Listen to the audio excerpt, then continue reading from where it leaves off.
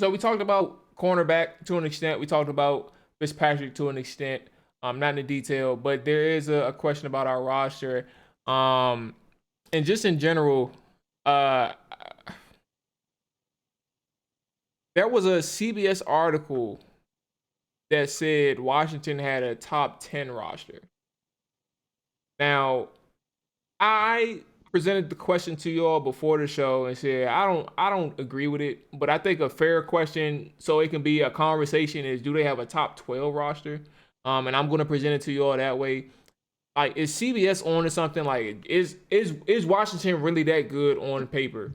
Like, we know it has to come out to wins and stuff like that, but are is the recognition and analysis fair? Like, are we that good in terms of being on paper a top 10 roster wise, a top 12 roster team? Top 12? Yeah, let's go with top 12 for this conversation. Top 12. Um, Do we have the list of the teams that were in the top 10? That's actually a good. Give me 2 seconds. I could probably pull that thing yeah, up. because I want to see who I'm we over here. compare If you could against. read that off, that might Oh that yeah, might here help you to go. get it. Let me scroll down to the bottom. Here you go. Tampa Bay Buccaneers. I'm reading this Okay. in order.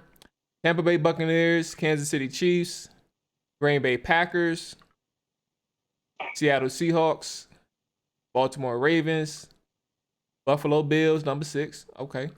Um, Tennessee Titans, number 7. Pittsburgh, number 8. Cleveland, number 9. San Fran, number 10. Actually, hold on 1 second. 1 second. Oh my goodness, they put it's 3 articles in one. All right, let me do this again. Tampa Bay, Kansas City, Cleveland, Los Angeles, Buffalo, Baltimore, Green Bay, Washington at 8, Pittsburgh number 9, Tennessee 10. That rounds it off. So right before Washington, you have Green Bay, you have Baltimore, and then right after you have Pittsburgh and you have Tennessee. So Washington ranks number 8 in terms of rosters. Was that the Rams or the Chargers? The Rams is at 4. Chargers. Oh my goodness, is Chargers even top 10? Rams is top 4. Is number 4 on the dot. Chargers is. They don't even have them top 20. 21. It's 20. Chargers Yeah, number 20. 21. Yeah, 21. Yeah. Oh my So goodness. we're going off that list. Um, in just terms of balance, because there's looking at or listening to the list, there's certain positions that are clearly better than what we have at quarterback. But we're just talking like roster from offensive line to running backs, linebackers, safeties, corners. Yeah, I put us up there. Okay. So I'll give you some more context to help you all out. I'll just tell you what he said. Um, Ryan Fitzpatrick has a talented running back in Antonio Gibson to work with and improve offensive line to protect them. He's not going to claim that Washington offensive line is elite, but they have a legitimate left tackle and then a decent right tackle to fill in Morgan Moses. Um, Terry McLaurin has a legitimate number 2 to work with in Curtis Samuel. Washington also picked up Adam Humphries and have an athletic. They said Logan Thomas is an athletic tight end. Okay. All right. Logan Thomas coming off a career year. The defense is true to the strength of the club. They carried the team to the postseason. And then obviously drafting Jamin and signing William Jackson. He said that they may have the best defense in the league this year. So that's context wise about what he said about Washington. And you said top 10, Jerrell. AJ, Dre, where y'all at? Is this fair? Is this a top 10 roster or top 12? Excuse me. Yeah, I think you can make the argument. Yeah, I think you can make the argument on paper. I think the people who probably would disagree with it will probably focus more so on the QB position, which is probably maybe average at best, when you compare it to the rest of the league. But when you look at the rest of the roster, I mean, you got 2 really good running backs. You got Antonio Gibson, who emerged. You got J.D. McKissick, who's one of the best third down running backs in the league. offensive line, I mean, you probably have a top 8 offensive line in the NFL. They were certainly good last year. Like I said, you got 2 solid tackles on the ends. Your interior line looks good with Scherf. He's still there even at his price tag. Tight end, Logan Thomas is emerging. I don't know if that's a top 10 position, but I mean, it can work with what you have. Wide receivers, as AJ likes to point out, we don't have a number 1 guy, but we have a collection of guys who I think can, they can put up some numbers in a good offense. And then, of course, the defense. That's the bread and butter. That's what everyone's looking at. That's what they're getting ranked off of, because your defensive line is, probably maybe the best defensive line in the whole league. The secondary could be a top 5 secondary this year with Cam Curl, Landon Collins coming back in whatever role they're going to put him in. William Jackson and Kendall Fuller. I mean, you got guys there. And then the guy we got from Miami, the safety. So linebackers is the only question mark you look at on that defense, but you drafted one of the guys that a lot of people are high on, Jamin Davis. And as Washington fans know, some of us think Cole Holcomb's a little underrated, but he may be an average at best. But like I said, that's a question mark, but that doesn't take away from the rest of the defense with the defensive line and the secondary. If those 2 position groups are what you think it is, they can go a long way in this league, because you're going to get pressure up front, and you may get a lot of turnovers as well, which is in turn going to help that offense. Yeah, with AJ. Yeah, I mean, I agree with a lot of what Dre said. I think they definitely have a top 10 roster, but if you listen to the names of the team in that top 10, they all have a quarterback. We don't have a quarterback. And a lot of that ranking is due to the defensive side of the ball, like Dre touched on. I mean, if you can get after the quarterback, you have a high chance of winning games and competing at a high level. I mean, we just seen in the Super Bowl what Tampa was able to do against Patrick Mahomes. That's what led to Kansas City Chiefs going and getting Orlando Brown and Kyle Young and trying to improve that O-line, because at the end of the day, if you can get after that quarterback and you can apply pressure coming off the edge and straight up the middle, like, it's hard for any team to be able to do anything. You're always going to be disruptive and create turnovers. But, I think Washington's main hole is his linebacker. We don't know what Jamin Davis is going to do. We're hoping that he does well. We kind of know what Cole Holcomb is and Bostic. But at the end of the day, if the quarterback play ain't right, you ain't going to win too many games. And that's like the main hiccup on Washington's roster. And that's why I think it's going to be such an attractive spot for any quarterback that's trying to get out of their current situation or free agents next year, because they literally are a quarterback away from being a Super Bowl contender, in my opinion. Even at the wide receiver position, a lot of things can change when you have a great quarterback. I mean, we've seen Aaron Rodgers make it work with other guys outside of Devontae Adams. You have Mahomes, who makes other guys look good. If you got a good quarterback, things definitely gonna look good overall on the offensive side of the ball. Yeah, like a whole bunch of random ass people, you feel me? Yeah. Outside of Devontae Adams, but if you get an elite quarterback play, and that's what a lot of the media folks are saying, like, if Washington even gets like a part of Ryan Fitzpatrick from like the Tampa Bay time or whatever, this team could do numbers. But at the end of the day, he's still not elite. He's still a guy that has been a journeyman in the league. And until they, really solidify that situation, you really don't know what it could be. But they have all the potential. They have young core pieces on that team that you could definitely be a top contender for a long time if you just get a quarterback. So I agree with them being in the top 10. Okay. Right. I got a question. I have a question. I wanted to ask something. Do you all think that Ryan Fitzpatrick can do something similar to what Ryan Tannehill does in Tennessee? No. I ain't gonna lie to you. Tannehill, like the seasons that he had in Tennessee, like his efficiency level, that shit was out of nowhere. It was random, but that shit was consistent. Like, you would think that he was like on a heater, but that heater never ended. Like, he had some bad games here and there, but like majority of his games since he took over in Tennessee was of top 10, top 12 caliber in terms of quarterbacks. So But that's the Adam personally, I Gase don't effect. see it. What you saying, Drew? I would say that's the Adam No, Gase I asked effect. because no, yeah, Adam Gase, he's good at that, but good at making people look bad. Yeah, it's like but when you let them no, go, that's why I they asked free. because coming out of Miami, yeah, right. Well, coming out of Miami, everyone that wrote Ryan Tannehill off, and then he goes to Tennessee and he revitalizes his career. I mean, he's done something that you didn't think he probably could do, which is pretty much manage a game. When you have Derrick Henry running behind you don't have to do much as a QB. But at the same time, Ryan Tannehill's not out there losing them games. But do you think Tennessee can win with Ryan Tannehill? Because that's the most comparable situation I look at in that top 10 to the Washington situation. Because as AJ said, everybody else on that list has QBs.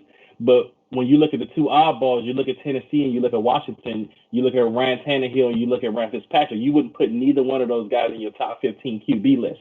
But can either one of these two teams win in spite of that? Hey. I mean, I think it's more so the scheming things up. Like, Tennessee is not asking Ryan Tannehill to win games. They're asking him to just play his role, make the short intermediate passes, bootleg, roll out, play action, play off the run, and you're good to go.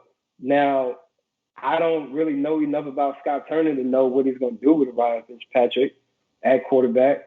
I haven't really even seen Scott Turner dial up a great offensive game plan and complete yet since being an offensive coordinator. So we really don't know.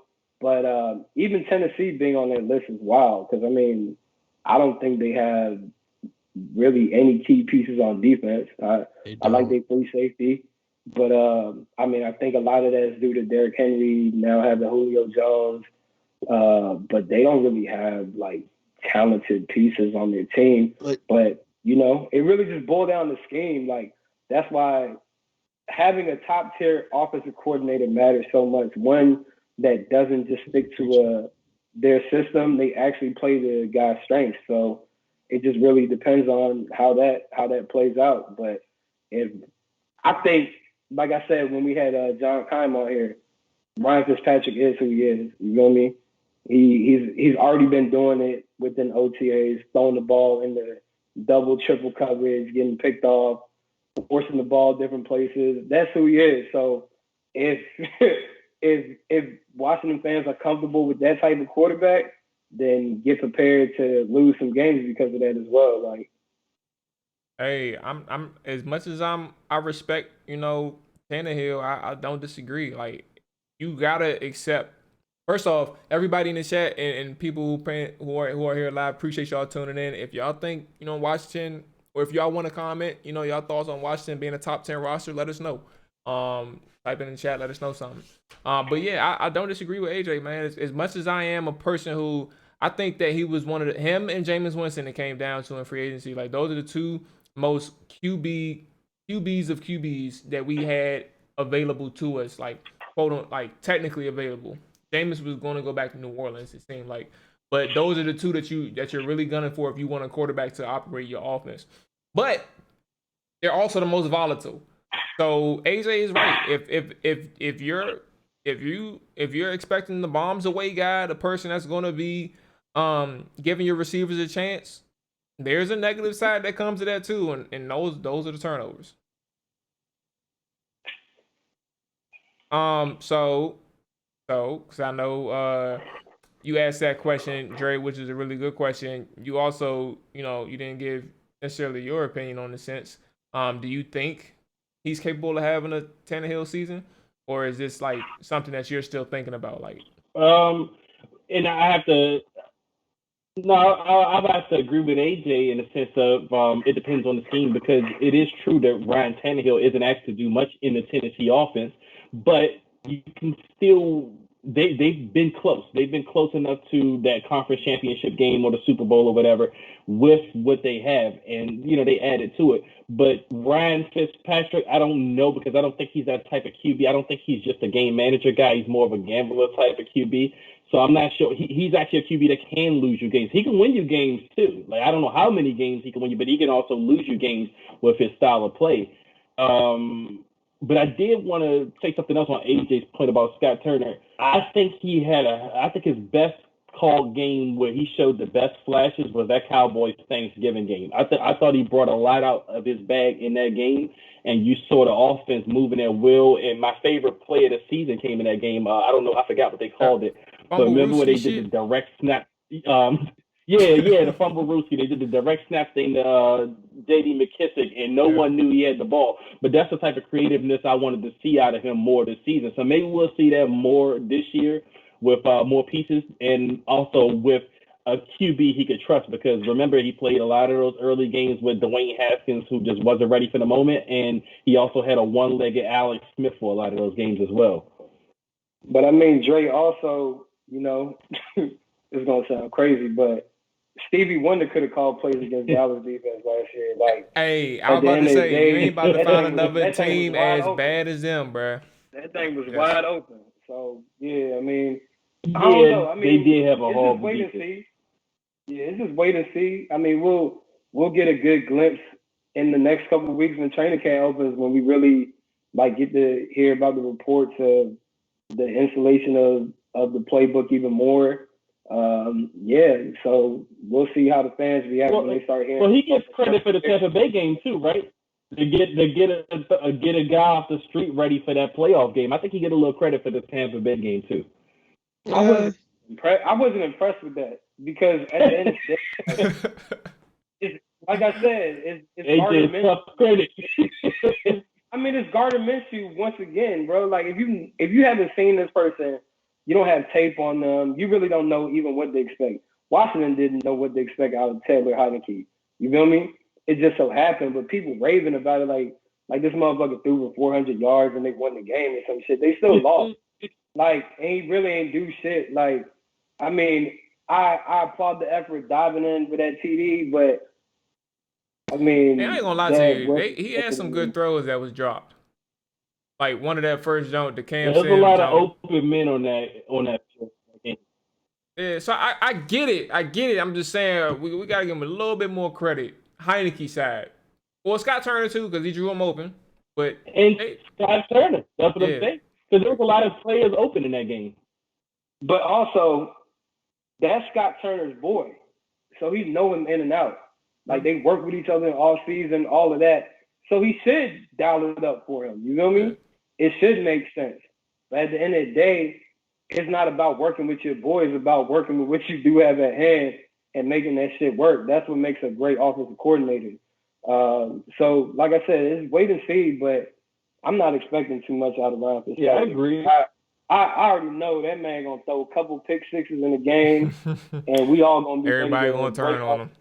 Our phone. You know how I think he could lose. You know how this area get with the quarterback carousel. Like, I mean, they're saying it's a competition, but there ain't no way you pay that man $10 million to compete against somebody that was just in college campus or doing online classes, whatever the hell it was. But ain't no quarterback competition. But once that man starts throwing these picks, it's gonna get real ugly out here in Washington.